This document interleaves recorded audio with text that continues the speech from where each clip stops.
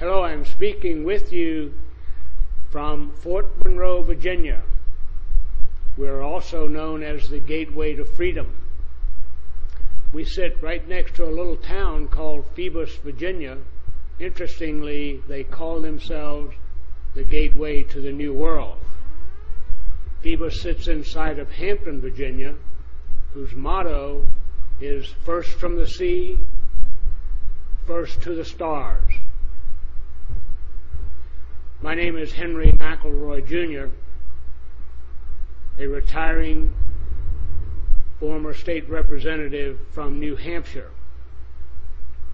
Thank you for your attention to this brief message concerning the world's interaction with both Earth-based and off-world astronauts.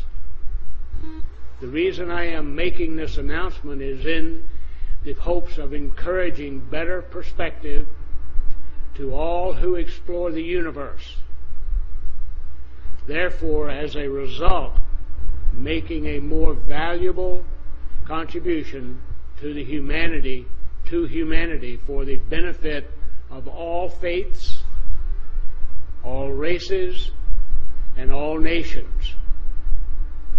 Another reason I am here today is because I believe in the foundational wisdom of our nation, which was laid down by our founding fathers, and because we know that highly advanced knowledge and information can assist human beings in solving various problems, both in current times and in our future. When I was in the New Hampshire State Legislature, I served on the State Federal Relations and Veterans Affairs Committee. It was apparently important that as a representative of the sovereign people who had elected me to this honorable office, that I be updated on a large number of topics related to the affairs of our people and our nation. As I understood it, some of those ongoing topics had been examined and categorized as federal, state, local development, and security matters. These documents related to various topics, some of which spanned decades of our nation's history. One of those recurring topics is the reason I am addressing you this evening. I would like to submit to our nation my personal testimony of one document related to one of these ongoing topics, which I saw while in office serving on the State Federal Relations and Veterans Affairs Committee. The document I saw was an official brief to President Eisenhower. To the best of my memory, this brief was pervaded with a sense of hope, and it informed President Eisenhower of the continued presence of extraterrestrial beings here in the United States of America. The brief seemed to indicate that a meeting between the President and some of these visitors could be arranged as appropriate if desired. The tone of the brief indicated to me that there was no need for concern, since these visitors were in no way causing any harm or had any intention whatsoever of causing any disruption then or in the future. While I can't verify the times or places or that any meeting or meetings occurred directly between Eisenhower and these visitors, because of his optimism in his farewell address in 1961, I personally believe that Eisenhower did indeed meet with these extraterrestrial off-world astronauts.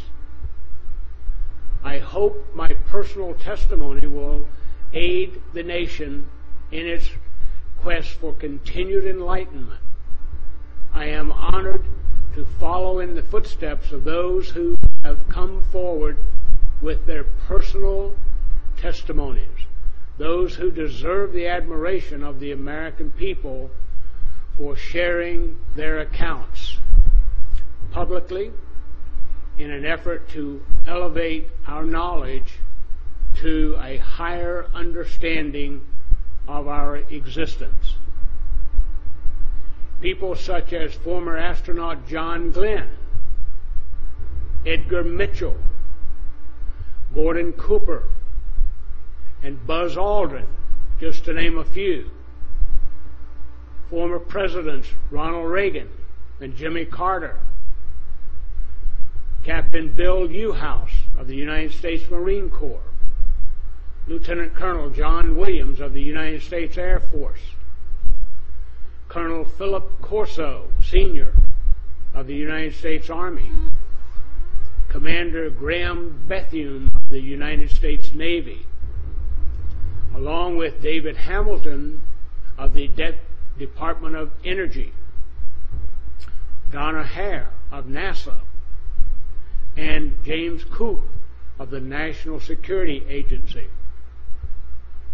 I would also like to thank the countries of France, Brazil, Britain, Russia, Italy, Denmark, Sweden, Norway, New Zealand, and our neighbor to the north, Canada, Uruguay, and Australia, for also opening their files to the citizens of their countries and allowing them access to information that is so very important to the evolution of humanity.